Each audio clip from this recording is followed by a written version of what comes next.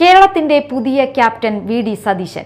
ദിവസങ്ങൾ നീണ്ടുനിന്ന അനിശ്ചിതത്വങ്ങൾക്കും നാടകീയമായ ചർച്ചകൾക്കും അധികാര വടംവലിക്കും വിരാമമിട്ട് കോൺഗ്രസ് ഹൈക്കമാൻഡാണ് മുഖ്യമന്ത്രിയായി വി.ഡി. സതീശനെ പ്രഖ്യാപിച്ചത്.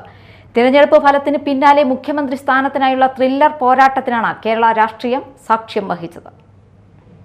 The AICC observers who had met with the newly elected MLAs on May 7th, 2026, and many other leaders from the state, including MPs, former PCC presidents, have also been consulted.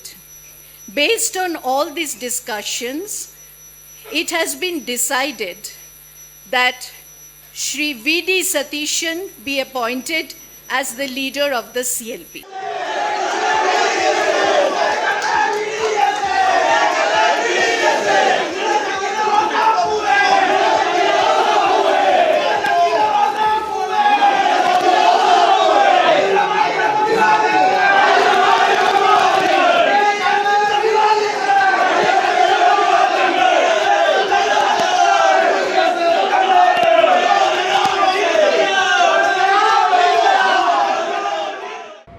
MLA-മാരിൽ ഭൂരിഭാഗം പേരുടെയും പിന്തുണ K C. വേണുഗോപാലിനായിരുന്നുവെങ്കിലും സംസ്ഥാനത്തെ പൊതുവികാരവും ഘടകകക്ഷികളുടെ അഭിപ്രായങ്ങളും 3 മുൻ KPCC പ്രസിഡന്റുമാരുടെ ഉറച്ച നിലപാടും ഹൈക്കമാൻഡിനെ സതീശനിലേക്ക് എത്തിച്ചതിൽ നിർണായക ഘടകമായി.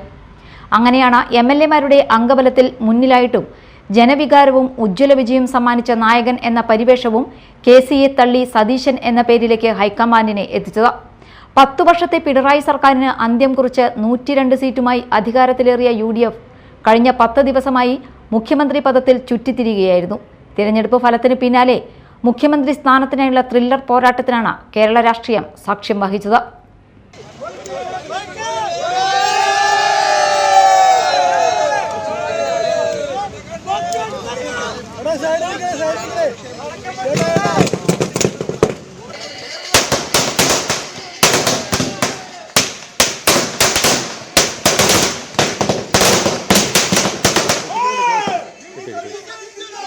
അല്ല, തീർച്ചയായിട്ടും ജനങ്ങൾ പിന്തുണച്ചിട്ടുണ്ട്. ജനങ്ങൾ UDF-നെ പ്രതീക്ഷയോടുകൂടി കാണുകയാണ്.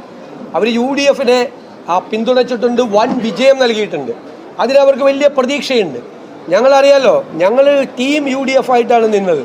ടീം UDF ഒരു പാർട്ടിയെ പോലെയാണ് പ്രവർത്തിച്ചത്. എല്ലാ നേതാക്കളും, പ്രിയങ്കരായ സാദിഖ് അലി തങ്ങൾ, ശ്രീ P.K. കുഞ്ഞാലിക്കുട്ടി സാഹിബ്, ഏറ്റവും സീനിയറായിട്ടുള്ള ശ്രീ P.J. ജോസഫ് സാറ്, ശ്രീ പ്രേമചന്ദ്രനും ശ്രീ ഷിബു ബേബി ജോണൊക്കെയുള്ള RSP, CP ജോൺ ഞങ്ങളുടെ UDF-ൻ്റെ സെക്രട്ടറി ആയിരുന്നു.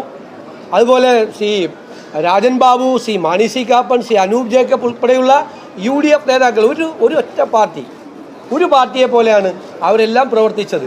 അവരെ എനിക്ക് ഉപദേശങ്ങൾ തന്നിട്ടുണ്ട്, അനുഗ്രഹങ്ങൾ തന്നിട്ടുണ്ട്, തെറ്റുകൾ തിരുത്തിയിട്ടുണ്ട്, കറക്റ്റ് ചെയ്തിട്ടുണ്ട്. അതുപോലെ തന്നെ ഞങ്ങൾ പോകും, ഇനിയും പോകും. News desk, media time.